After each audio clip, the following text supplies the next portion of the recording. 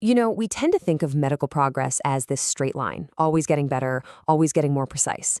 But what happens when an update, one that's designed to make things smarter and safer, actually does the complete opposite? Well, let's dive into a really fascinating case from the world of lung cancer screening, where the road to a smarter system took a very, very unexpected turn. So here's the big puzzle we're going to unpack today.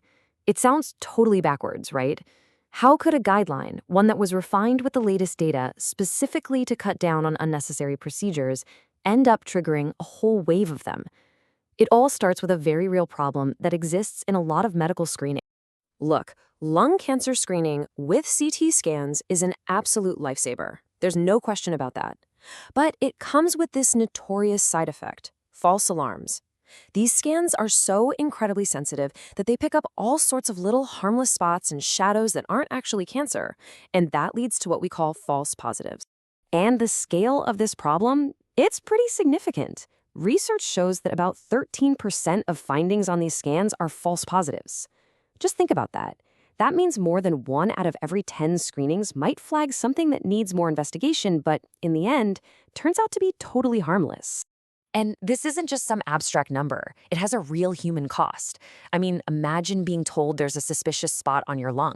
That immediately leads to intense anxiety. It leads to more tests, which, by the way, means more radiation exposure.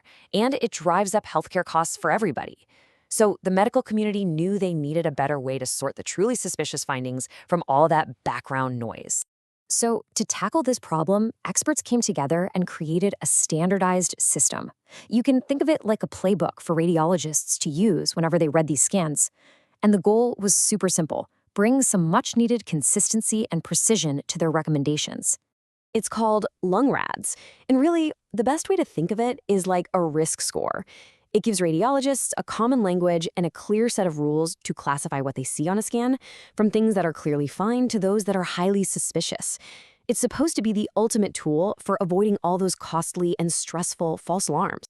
But, science doesn't just sit still. This playbook is constantly being tweaked and refined based on new data. And in 2022, a new version was released. It had a very specific and very well-intentioned update aimed at being even more precise about findings that looked like they might just be a temporary infection or some inflammation. Now, the key to this whole story lies in a really subtle shift in language. The old guideline, version 1.1, had a specific category. It was called 4B, for new large nodules that might be an infection.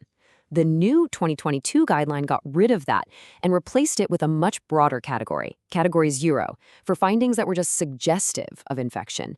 The idea was to be clearer, but as we're about to see, that tiny change had a massive, unexpected impact.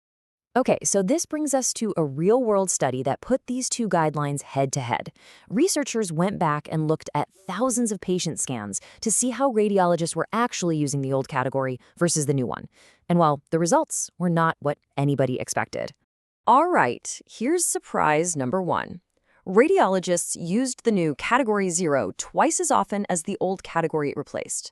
They went from using this classification in about 0.4% of cases all the way up to 0.8%. Okay, so they're using it more, but were they actually catching more dangerous stuff? Under the old, much more restrictive rules for Category 4B, when a radiologist flagged a finding, they were right to be concerned. A really significant 22% of those cases, that's more than 1 in 5, were ultimately diagnosed as cancer. So this was a high-yield category. It was good at finding the real threats. Now, let's switch to the new system. With that vaguer language, suggestive of infection, radiologists started flagging things way more often. Twice as often, to be exact. So with double the flags, you'd have to expect to find, well, at least something, right? 0. Absolutely nothing. Despite being used twice as much and creating twice as many recommendations for follow-up tests, the new Category 0 found 0 cancers in the entire study. A tool that was designed for precision had somehow become a major source of noise. So what on earth happened? Well, this wasn't a failure of the tool itself. It was really a failure in how the tool was being applied. It seems like the broader, vaguer language created confusion, and it led radiologists to overuse the category for things it was never, ever intended for. And this chart here shows exactly what went wrong. Over half the time, 56% to be exact, this new Category 0 was being applied to really low-risk findings. We're talking about things like ground glass nodules, which are just kind of hazy spots, or tree and bud nodules, which often just indicate minor inflammation. The official guidelines explicitly say that these types of things usually don't need short-term follow-up. And yet, they were driving this massive increase in usage, which led to a whole bunch of unnecessary tests that found absolutely nothing. What this all reveals is a lesson that goes way beyond this one specific guideline. It's about that critical link between creating a sophisticated medical tool and then making sure it's used with absolute precision by the people who are on the front lines every day.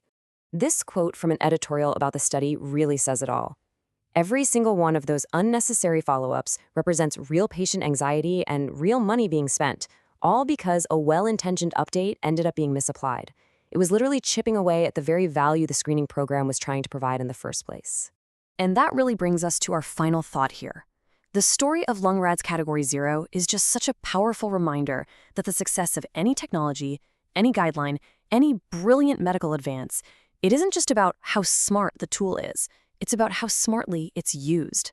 Because at the end of the day, precision in design is completely useless without precision in application.